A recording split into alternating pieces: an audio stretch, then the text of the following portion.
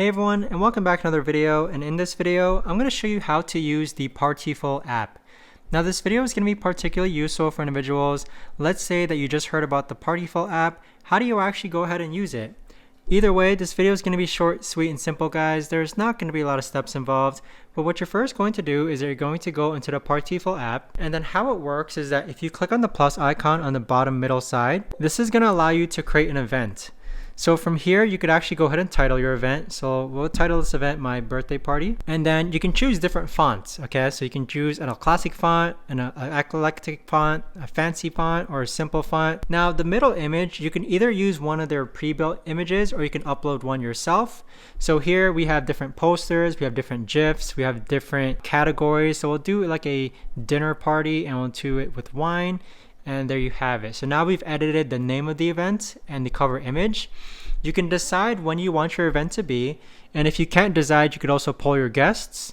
If there's multiple hosts to your party, you could actually add them as co-hosts as well. Now, as far as the location goes, you can insert your location and you can enter the amount of spots that you want.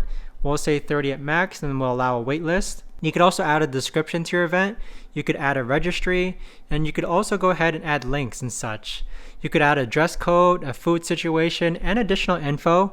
And with that, you could also set it to also open invite. Now, as far as the RSV options go, this is what people are going to see when you send them the invite. So they will either have to select going, maybe, or can't go. Now, there are other things you can do. You can set up reminders. You could also add questionnaires and more. You can even add limit to +1s. You can hide the guest list. You can require COVID-19 testing.